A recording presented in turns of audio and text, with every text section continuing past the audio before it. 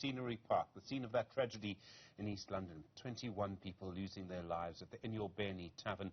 Many young people now taking part in a march in commemoration of those we've lost. Our reporter Malungelo Booi is there for Malungelo, good afternoon to you. I can't imagine the emotions being expressed there today.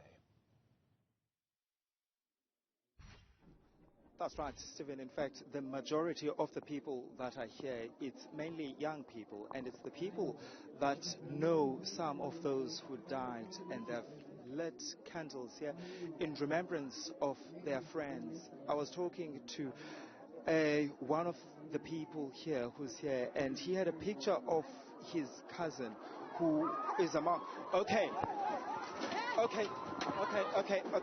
I'm not sure what is happening, Stephen. I am not sure what is happening, but people just started running, and you can see the crowds that are here, Stephen. And of course, all of the people here to honor the 21 teenagers who died at Enyobeni. I'm really not sure what started, what made people to push forward. I'm not sure if they wanted to come a bit closer, but there was a barrier that was created by some of the marshals. And you can see then, Stephen, not very close to the scene, there's still police officers that are working, trying to determine exactly what caused that deadly incident here in Scenery Park. Okay, Stephen, you'll forgive me. We're trying to make our way to another space. I'm trying to get my colleague to move with me slowly. Okay, police are coming a bit closer as well, just to try and control them.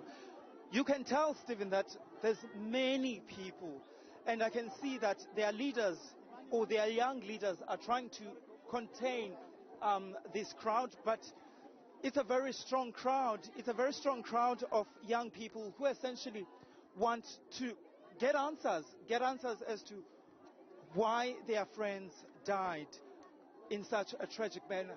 And of course, Stephen, there have been reports this morning that these children who died were essentially poisoned, but police here in the Eastern Cape not issuing any statement. I want to bring in one of the leaders here. Sir, do you know what happened here just a moment ago? What was forcing the children or the youngsters to come forward? Well, they got a fright due to one of them collapsing.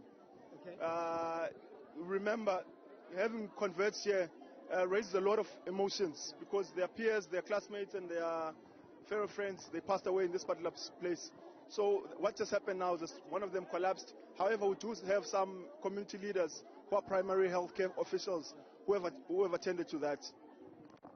Let's talk about this particular incident, and there's been so many things that have been said. As one of the young leaders here in the Buffalo City, in fact, did you know that this tavern was in fact selling alcohol to people under the age of 18? We didn't know. Quite honestly, we didn't know that this particular facility was selling liquor to underage kids, and that's part of the questions that we ask sharply as to why is there a facility that is so famous and so popular amongst underage children that they could converge here unabated in huge volumes. So that is the fundamental question that, amongst other things, as this investigation is going on, that must be posed to the authorities. The other reality is that this facility started as a small tavern.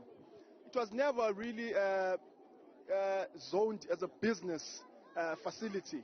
And the upgrades that took place were in fact not in line with the correct legislation as far as wanting to broaden the facility of a liquor outlet is concerned.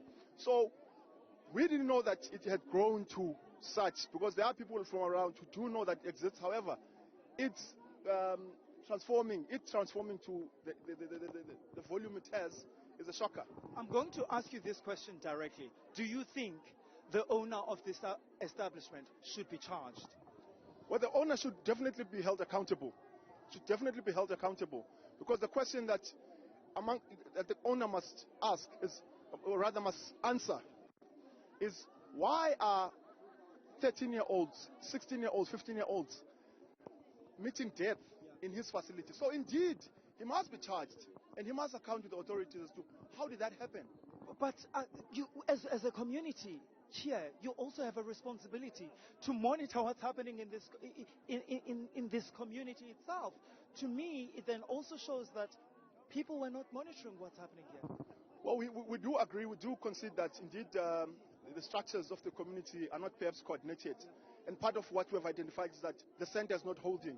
And the center in this case would be the ward councillor, who would have to be responsible for coordinating multidisciplinary stakeholder engagement amongst the tavern and the business owners within the community. So we have established and identified that with other stakeholders that the center, in this case the ward councillor, is not holding, and therefore we have committed with the youth formations of this particular ward that we must organize everything and ensure that, quite frankly, at a particular point in time, all outlets in every community, they must be closed.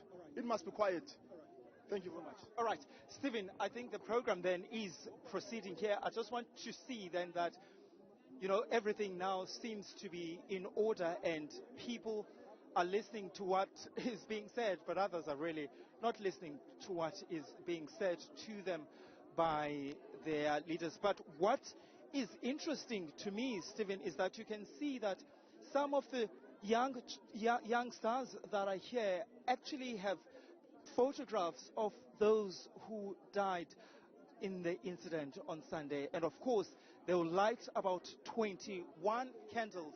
Those candles, Stephen, we're told, represent the lives that were lost at this particular facility. And you can see, Stephen, that there's still a lot of police officers that are working, trying to get to the bottom of that deadly incident. Malungelo, Booi, thank you for that report. Clearly a little bit of drama there, and you can imagine how high emotions are running. People very, very, well, upset, of course, over what happened there over the weekend. We'll have more on that, Malungelo, on station for us over the next few days.